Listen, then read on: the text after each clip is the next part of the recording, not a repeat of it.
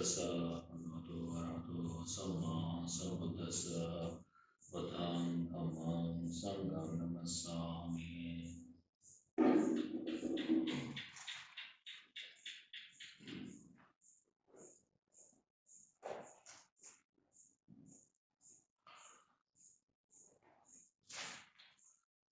It's the fourth day of your full-fledged meditation. So today we will talk about metta, loving kindness. It's a tool to balance our mind.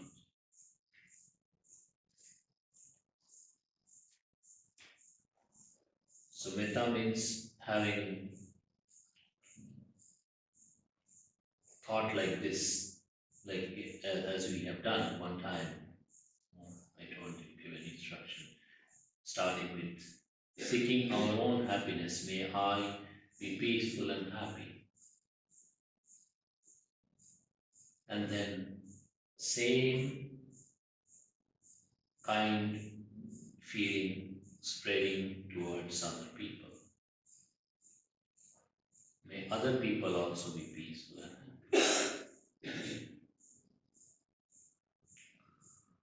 So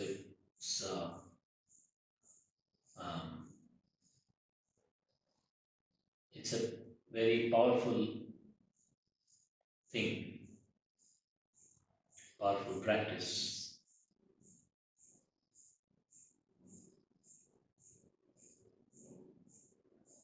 For making our mind suitable for meditation. So seeking our happiness as well as seeking the happiness of other people. So it is important to have this type of mind.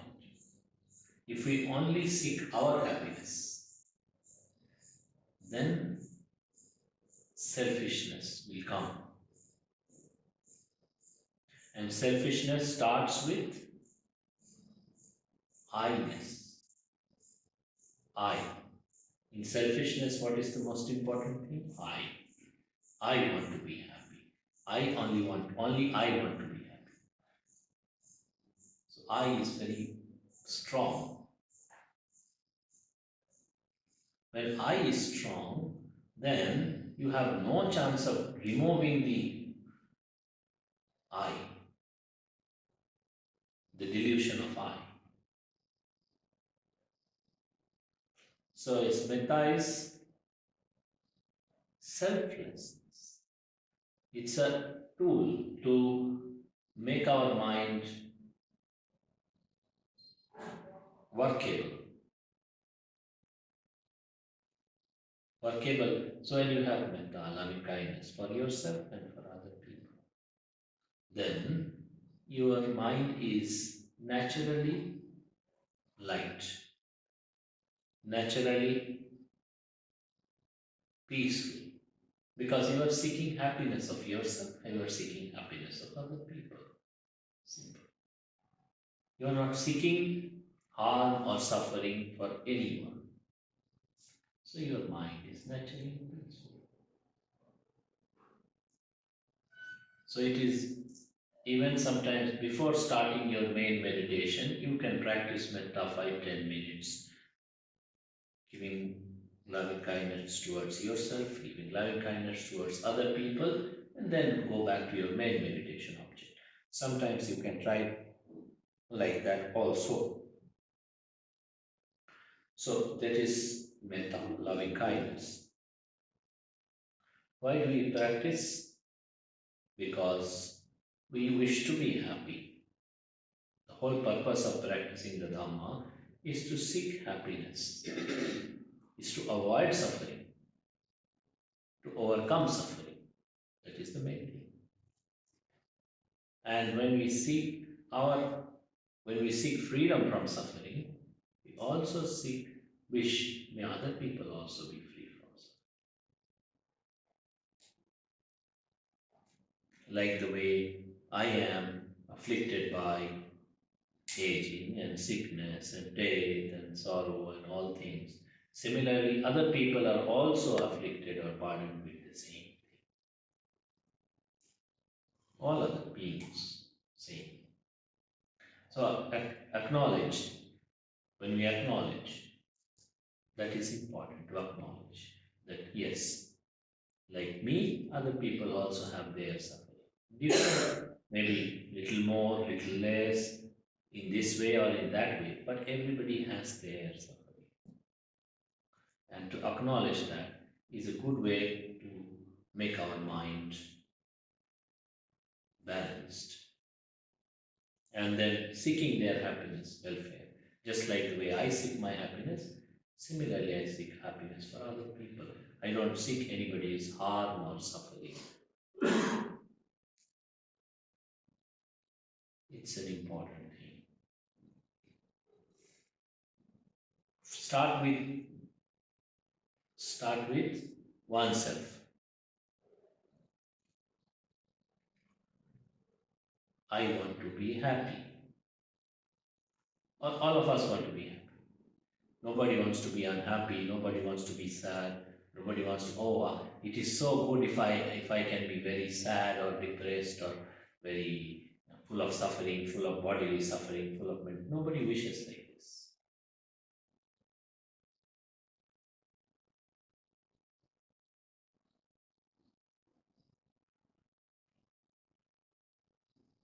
So when we don't seek our suffering, then we have to be mindful what brings us suffering.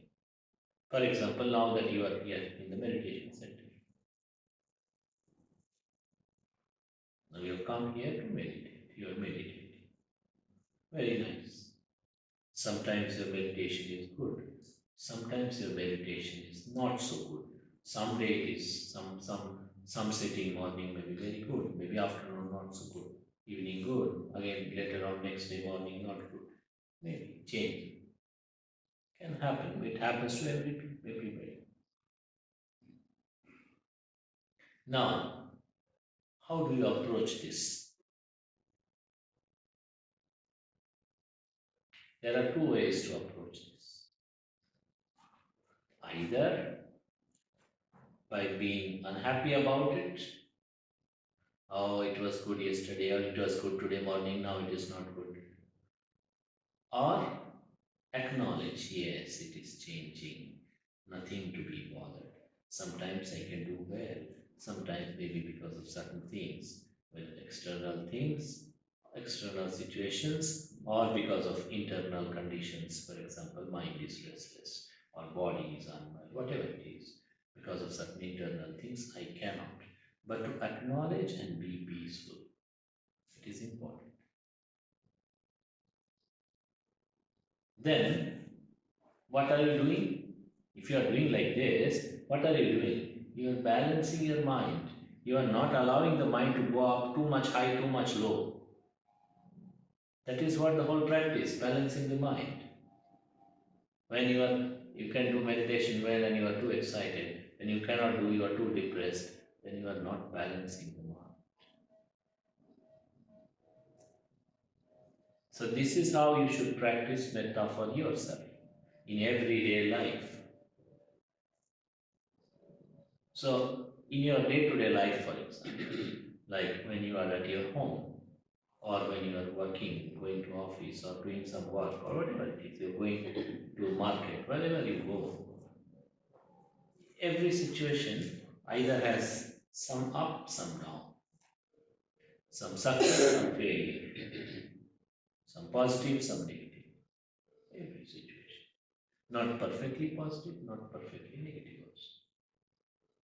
But then we need to balance our mind. If we are too excited in the positive, then we'll be too depressed in the negative also. So then ask yourself, what is my objective? My objective is to seek happiness. By allowing my mind to be too much upward and downward, do I gain happiness? Or do I gain unhappiness?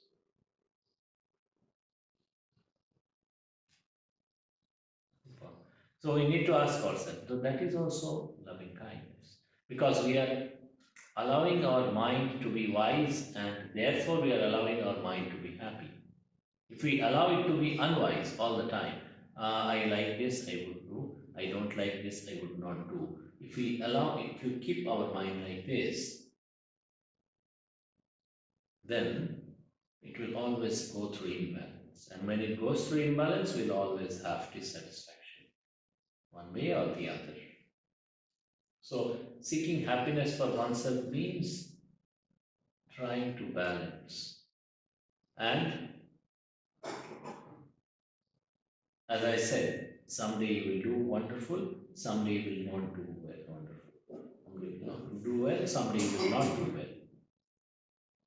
That's fine. But then, when we do very good, we should remember this may also change. When we do, or this will probably change, in all likelihood it will also change. When we don't do so well, this will also change. Keeping the wisdom of impermanence with us. Otherwise, when people get a lot of success or whatever, they can do something very well. Sometimes they can be uh, full of ego. I can do this. I am so good. I am like this. I am like that. And when they cannot do subsequently, they can be full of uh, hatefulness or disliking for themselves.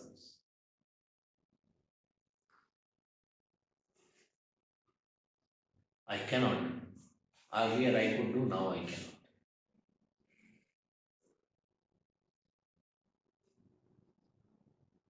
You see? The mind plays all these tricks with us. Both ways we are stuck with the I. I am successful, I am not successful, I can do very good, I cannot do very good. Always it goes back to the I. But then instead of that, the metta is what? Acknowledging, yes, these are things that change. Everything changes for sure.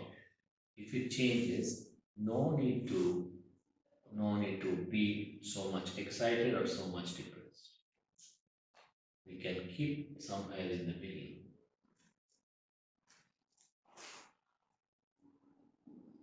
That is metta. That is how we seek happiness in the right way. Just by saying, may I be happy, may I be happy, may I be happy, we can never be happy. No, that's not the way. May I be happy? How? If you have the reason to be happy. That is wisdom, right understanding. When your mind has wisdom, mind has balance. If your mind has balance, you are naturally happy. Up or down, you are still happy. You are not unhappy. So it has causes. So finding the right cause. So metta has to be practiced with wisdom. It's not like some kind of mantra you keep on repeating, I should be happy, I should be happy, I should be happy. It's not like this. Practically. So that is having metta for oneself. It is very important because if we have metta for ourselves in the right way, we can accept ourselves. So some days you will do good, some days you will not do good, some days you will make a mistake. What do you do? You can learn from your mistake. Okay, I made this mistake. Okay. But you cannot keep on blaming yourself all day, all night for a long time. No point. That is not useful. That is actually obstruction for meditation.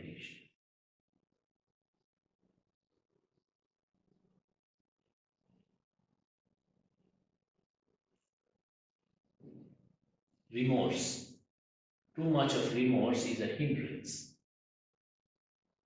Is an obstruction for meditation. Yeah, I did not do, not good, not good, not good. Then it becomes a hindrance for meditation. Acknowledge if you have made a mistake, acknowledge the mistake and try to improve. Maybe first time, second time, third time, you may not be successful, but keep trying. It will eventually improve.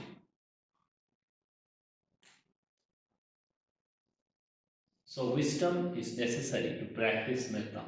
When we say, may I be happy, we should also understand, if I don't have the wisdom, if I keep on doing the wrong things, then I will never be happy. So when we say, may I be happy means, you are indirectly saying, may I be wise also, so that I know how to be happy. Without wisdom, no happiness. Because without wisdom, no balance. Without balance, no happiness. So that is the right way of practicing metta for oneself. And similarly,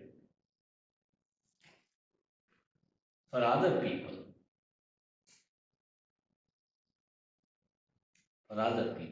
when you seek their metta, apply wisdom.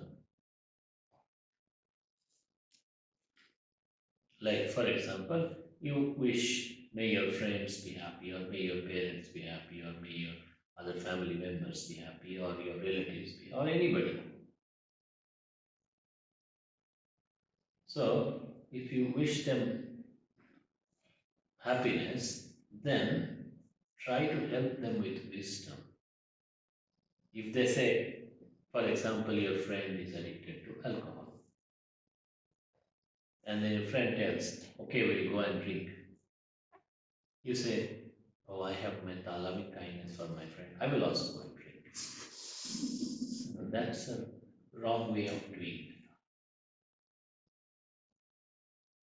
No, that is not metta, that is ignorance.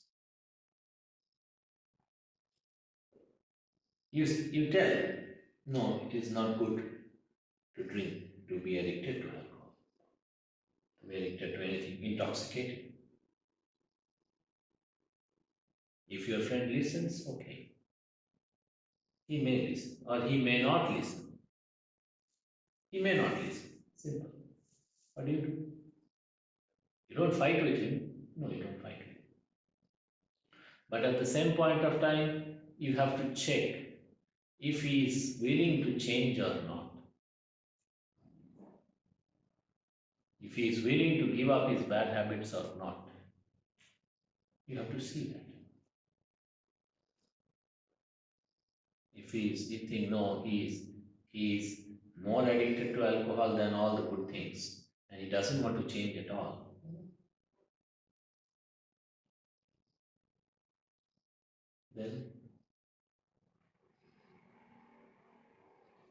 then slowly you have to stay away from him. Simple. Because you can have good wish for everybody, good people, bad people, but it is also equally important to maintain distance from unwise people as much as possible. Some distance you have to maintain. Oh, he is my friend. Therefore, even if he is bad, I will stick to him all the time. And even if he is doing wrong things, I will say, okay, every time. That is not wisdom. Then you will have suffering associating with him after some time.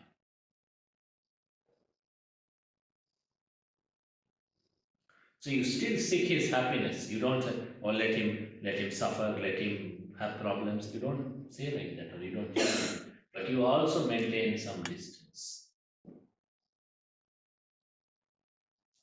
It is important. Good thing, cultivate. Bad thing, stay away. So it is important, first of all, to have metta, loving kindness for oneself. Because we can either sometimes we praise ourselves too much, or we can be too much self-critical, criticize ourselves. I'm not good, I can't do, it is not good for me, or it is bad like this. That is also one obstruction. Either too much self-praise or too much self-blame. Both are dangerous. Both are dangerous. We should avoid. And then with regard to other people, when you have metta, try to help them or try to seek their welfare in the right way.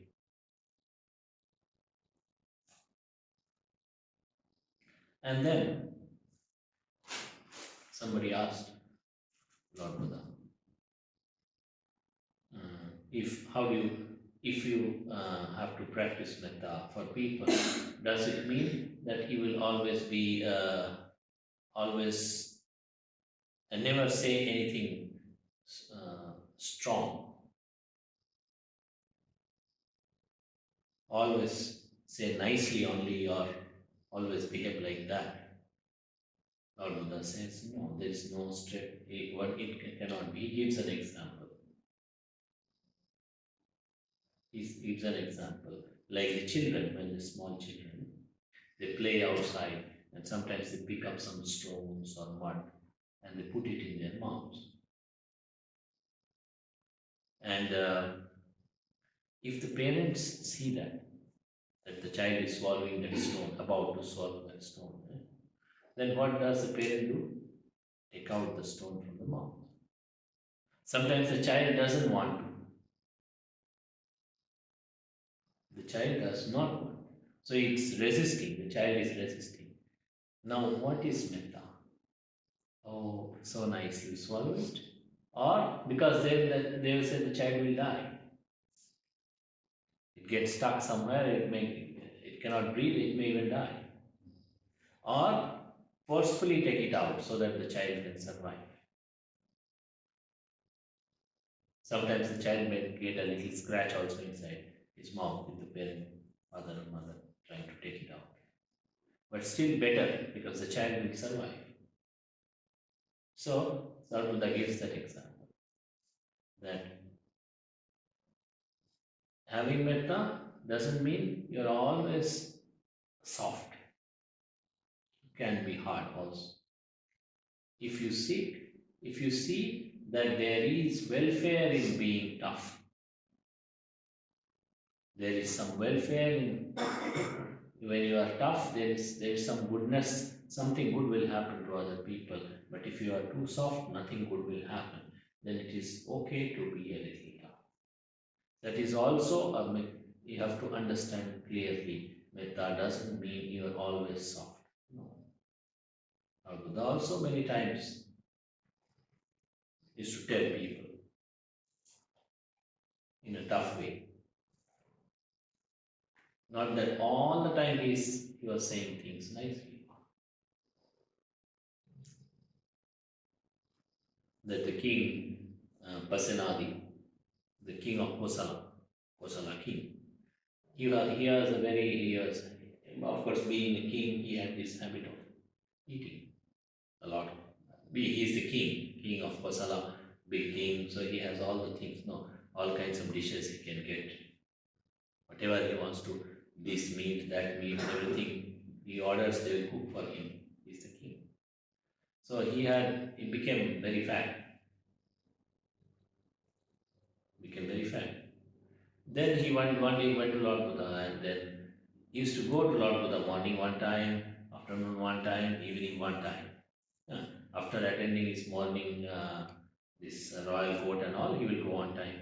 After lunch again, he will go one time, and evening time he will go one time. The morning he went. He had a lot of breakfast, and after that king went. And then Lord Buddha was teaching, and he was dozing off, falling asleep because already he's very fat man, and then have eaten a lot. He was already dozing off. He couldn't listen properly what Lord Buddha was saying. Lord Buddha was Lord Buddha told him, you see, king, people who are just eating and sleeping, they are nothing better than a big fat pig. Mahabaraho. big fat pig. So their life is like this, eating and rolling. Pigs are like this, no? Eating and rolling in the mud. So it is not good. Then he said, oh, I have this thing, big appetite, I always want to eat. What do I do? He said, then, okay, I'll tell you one trick. Tell you one trick. Now, your nephew, king's nephew, his brother's son, with him, that one prince, his brother's son. He says, now every day you eat with your nephew. Okay? And then he told the nephew, what you do, every day your uncle starts eating, you take out 1 or 2 spoons from his plate. When the king starts eating, you have to take out. He told the king's nephew. And then, so from next day, this king's nephew started doing like this. Then king would be very unhappy. Very unhappy. What are you doing? I am the king, you are taking my food. He says, no, Lord Buddha has said, you should reduce your food intake. So every time, so first day 1 spoon and the next day from that also 1 spoon. So every day, reduce food intake. Like that. So kind of, in a way, dieting. So after some months, of course, king lost weight because he was eating less. And so then he went to Lord Buddha and said, now I feel much better and I feel more fit compared to earlier, like that. So that's the thing. So means, so the whole thing Lord Buddha has given advice. First of all, he scolded the king for being lazy and too much, like eating all the time and getting fat. Then he said, you have to reduce it. So that is the metta. If he says, no, you are king, okay, whatever you can get, you can eat, no problem, you keep eating. He didn't say that. He says, no, you have to reduce. If you want to be healthy, you have to reduce.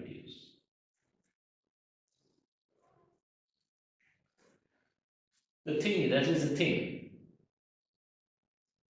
So, having metta is a very powerful foundation. When your mind is wise and seeking your welfare and other people's welfare, then mind will have a lot of happiness and peacefulness. Because you are seeking happiness for yourself and other people. Your mind cannot be sad or depressed. Your mind will be light.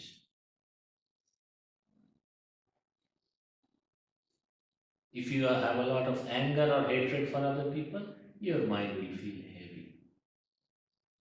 Your mind will feel not so comfortable. But if you have goodwill for other people, for everybody, your mind will not feel heavy. You will have lightness in your mind. And that is a good point to start your meditation. When your mind is, if your mind has a lot of tightness, a lot of heaviness, a lot of unpleasant feelings, you cannot meditate. But if your mind has lightness, peacefulness, comfortable feeling, then it is easy to meditate. Simple. So this practice of metta is a tool that you should have. You should always, may I be happy and peaceful. May everybody else also be happy and peaceful.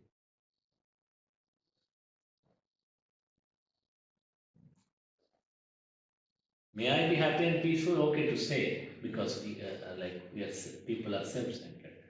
May other people also be equally happy and peaceful. That is not sometimes easy for people. For some people, okay, but for some people, not so easy. Other people, let them be. What can I do? But then you don't understand.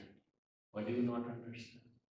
When you feel like this, when your thought is like this, let them be, I don't know, I don't care, I can't do anything. You are not doing anything, but at least you are seeking their happiness. But that much if you cannot do mentally, which means there is a blockage in your mind. It is not freely going. There is a blockage. What happens if you have a blockage in your artery? Big blockage. What happens? If I'm not connected to the organ, will get damaged. Yes. Or may even die. Similarly, if your mind has a blockage, is there any chance mind will be healthy? Which means it is unhealthy mind, not healthy. Then can you meditate and be successful in your meditation with an unhealthy mind? Possible, not possible. You need to have a healthy mind. That's why we practice metta.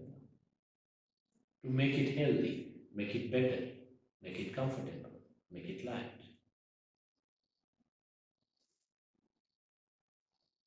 That is the value of metta in your day-to-day practice, in your meditation.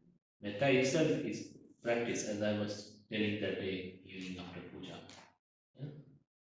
First day evening after puja, first or second, I think first day. May I be peaceful and happy, and people here may they be peaceful and happy. Or sometimes you can start with your parents also, or you can start with the people here also, and then slowly expand, expand, expand. So when you do like this, then, and when you keep that feeling, it is not just only when you are sitting and saying in your mind, but keep that feeling in your mind, that feeling of kindness or feeling of goodwill in your mind. Everywhere you go, keep that feeling. Then your mind will be balanced. When it is balanced, it can do well for itself. When it is hateful, it is difficult. When it is selfish, difficult.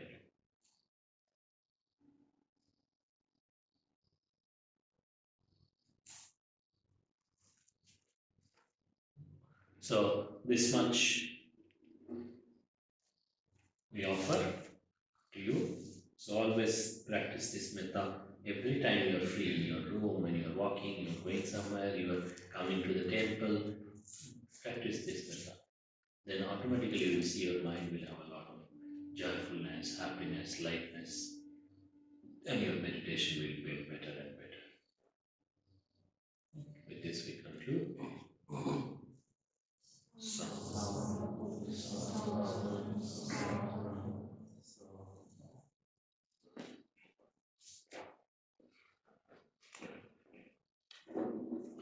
you have questions regarding meditation, you can ask.